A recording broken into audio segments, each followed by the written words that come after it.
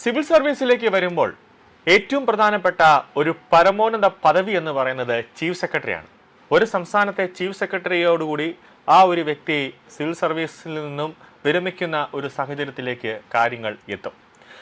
ഇപ്പോൾ സംസ്ഥാനം പുതിയൊരു നാഥനെ പ്രഖ്യാപിച്ചിരിക്കുകയാണ്. അതിലൊരു വൻ ട്വിസ്റ്റാണ് ഇപ്പോൾ കേരളത്തിൽ നടന്നിരിക്കുന്നത്.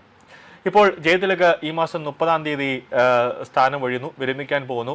അപ്പോൾ ജ്യോതിലാൽ ആയിരിക്കും അടുത്ത ചീഫ് സെക്രട്ടറി എന്നുള്ള ഒരു കണക്കുകൂട്ടലായിരുന്നു മാധ്യമങ്ങളും അതോടൊപ്പം തന്നെ സെക്രട്ടേറിയറ്റിലെ ജീവനക്കാരും IAS അസോസിയേഷനും IASന്റെ തലപ്പത്തുള്ളവരൊക്കെ അങ്ങനെയാണ് കണക്കുകൂട്ടിയത്. പക്ഷെ അവിടെയാണ് VD സതീശൻ ഒരു ട്വിസ്റ്റ് കൊണ്ടുവന്നത്. VD സതീശൻ തന്റെ ഭരണപരമായ കടിഞ്ഞാൺ കൂടുതൽ കടുപ്പിക്കുകയാണ്.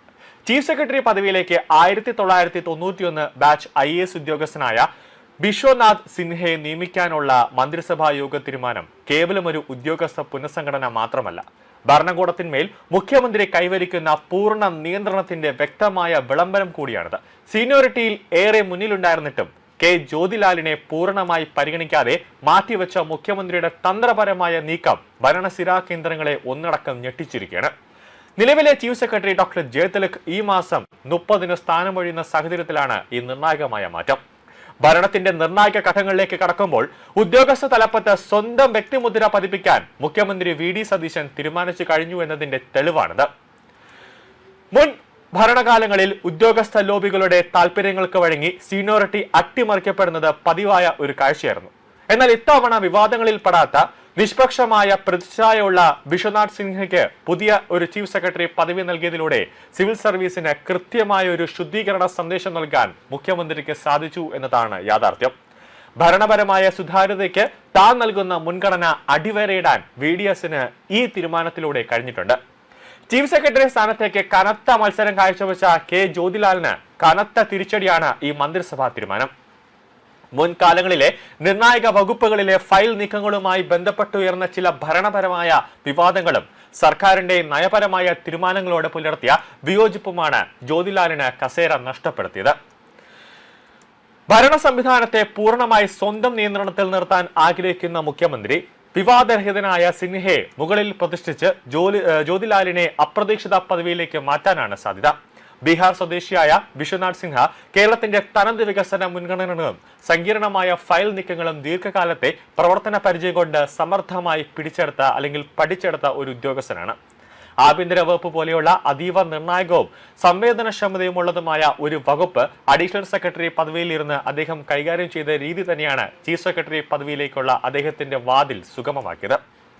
2023-ൽ ആഭ്യന്തര വകുപ്പിന്റെ ചുമതലയിൽ എത്തിയത് മുതൽ സർക്കാരിന്റെ നയപരമായ തീരുമാനങ്ങൾ കൃത്യമായി നടപ്പിലാക്കാൻ അദ്ദേഹത്തിന് കഴിഞ്ഞു. ഈ പുതിയ സമവാക്യത്തോടെ ഭരണസിരാ കേന്ദ്രങ്ങളിൽ ഉയരുന്ന ഏറ്റവും വലിയ ചോദ്യം പുതിയ ആഭ്യന്തര സെക്രട്ടറി ആര് എന്നതാണ്. ചീഫ് സെക്രട്ടറി പദവി കഴിഞ്ഞാൽ സംസ്ഥാന ഭരണ സംവിധാനത്തിൽ ഏറ്റവും നിർണായകമായ കസേരയാണ് ആഭ്യന്തര സെക്രട്ടറിയുടേത്.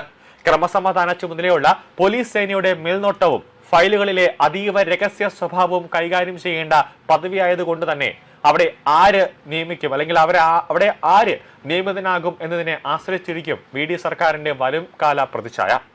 ബിശ്വനാഥ് സിൻഹ പുതിയ ഉത്തരവാദിത്തത്തിലേക്ക് മാറുന്നതോടെ ഒഴിവ് വരുന്ന ആഭ്യന്തര വകുപ്പിലേക്ക് സീനിയർ IAS ഉദ്യോഗസ്ഥർക്കിടയിൽ വൻ മത്സരം നടക്കുന്നുണ്ട് എന്നാണ് സൂചന.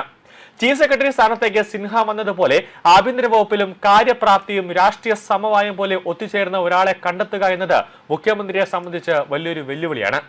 ജയതിലക് ഈ മാസം വിരമിക്കുമ്പോൾ ഒക്ടോബർ 1-ന് സിൻഹ പുതിയ ചീഫ് സെക്രട്ടറിയായി ചുമതലയേൽക്കുമ്പോൾ കേരളത്തിന്റെ വികസന പദ്ധതികൾ വേഗത്തിലാക്കുക, കെട്ടിക്കിടക്കുന്ന ഫയലുകൾക്ക് ഒരു വെളിച്ചം നൽകുക, അടിയന്തരമായി ഒരു തീരുമാനമെടുക്കുക, ഭരണ സംവിധാനത്തെ പൂർണ്ണമായും ജനകീയമാക്കുക തുടങ്ങിയ വലിയ ഉത്തരവാദിത്തങ്ങളാണ് പുതിയ ചീഫ് സെക്രട്ടറിയുടെ തലയിലേക്ക് വരിക.